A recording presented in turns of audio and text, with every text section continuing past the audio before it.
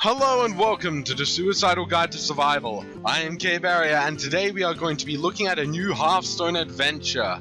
5 Nights at Medivh, or more actually, 1 Night in Karazhan. However, the stupidity of the name doesn't matter if the cards from it are any good. So let's take a look. Okay, first up we have Enchanted Raven, a 1-mana 2/2 beast for druids. Now, right off the bat, this card is raising all kinds of red flags for me. 1 mana giving a 2/2 was okay with Bloodfaker, the warrior card, because it required the condition of there already being a creature out which could survive 1 damage. This card not only doesn't have any condition for playing it, but it comes with a beast tag as well. I mean, I'm interested in seeing a beast druid work too, I really am, but giving them strong boring cards is not the way to do it, Blizzard. God. Anyway, next in line is a bit better way of throwing us an above curve card. Here we have the hunter version of Twilight Summoner, called Kindred Grandmother, and honestly, I kind of like it. If its effect gets off, then you have a powerful 4/3 of value for 2 mana, but since it starts out as a 1/1, you can't immediately capitalize on it. I would say that its downside for the game in general is it's giving more power to N'Zoth, an already insanely stupid card, but N'Zoth's always going to be stupid, and this is probably one of the more reasonable cards in terms of power for N'Zoth. Also, I love the allusion to Red Riding Hood in this, it is actually wonderful. Moving on to Mage, we have a card which I'm a bit in 2 minds about, Fireland's Portal. The 7 mana spell inflicts 5 damage onto a target and then summons a random 5 mana creature. Now, if we take that 5 mana creature off this thing's cost, that's 2 mana for 5 damage, which is ridiculous even by Mage standards. But due to the random nature of the creature, it won't always really work out so well. Namely, say hello to your new best friend Firelands users, Stormpike Commando! That card aside, I feel it's actually going to be a fairly reasonable card most of the time, but I can see someone pulling some bullshit of 5 damage interface and just getting Leroy and killing someone who's on 11 health. But that's all my problems with it, really. Okay, oh hell yeah! Now we're getting into some neat stuff. Meet Ivory Knight, a lovely little chess piece with ambitions of saving their hero from some face scum. This card is basically Holy Wrath for healing, but instead of drawing, you're discovering, and getting a 4/4 on top of all that, just for 1 mana more.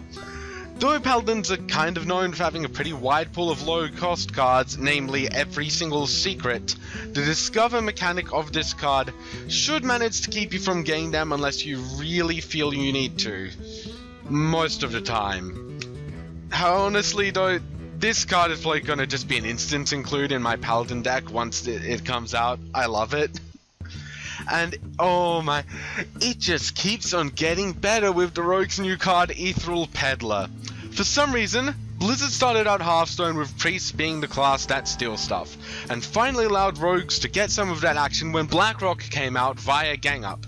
Everyone instead decided to use it to be the face equivalent for mill decks, and so the next card they made for it could only be used for fun class shenanigans.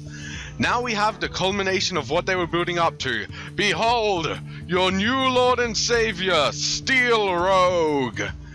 Etheral Peddler is a 5 mana 5/6, which right off the bat is a fairly solid body, but the best part is his effect. Every card from a class that isn't yours in your hand gets a 2 cost reduction. That is wonderful!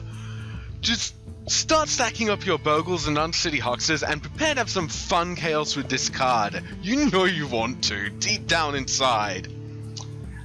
Moving on to the next, oh my, it's a miracle. Blizzard finally did it. They made an interesting mech on top of one of the strangest and most interesting legendaries to date.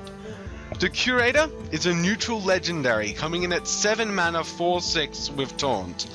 Now, I doubt this card is going to see a whole lot of play in honesty, but I would love it if it did, because this card encourages such wonderful deck diversity, drawing you a Beast, Murloc, and Dragon from your deck when you play it.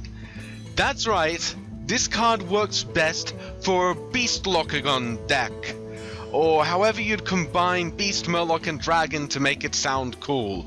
Either way, I'm really hoping this card gets some love and that someone can find a cool deck to run it in, because it deserves it. And once they've started with the interesting legendaries, they just do not stop. Here we have Barnes, a 4-mana 3/4 neutral legendary who just wants to bring out your Ragnaros with his effect, but keeps accidentally hitting your battle cries instead. When Barnes gets played, a random minion from your deck will come out as a 1/1, which for most creatures means his average value, 4 mana 5/5, that's a Chew and Yeti. But when he pulls out Ragnaros, Sylvanas, Tyrion, any of those guys, suddenly this meager 4-drop will make things absolute hell for your opponent. Or he'll bring out your Fel Reaver you decide to put in your deck for some reason and throw the game for you. Either way, he's a good time waiting to happen. And that's all that we have for now. Despite the disappointing Druid card, Karazhan's looking pretty darn good, and I cannot wait to see what new cards I can start messing about with as they come out. Until then, this has been Caberea from the Suicidal Guide to Survival, saying goodbye, good night, and have a wonderful night in Karazhan.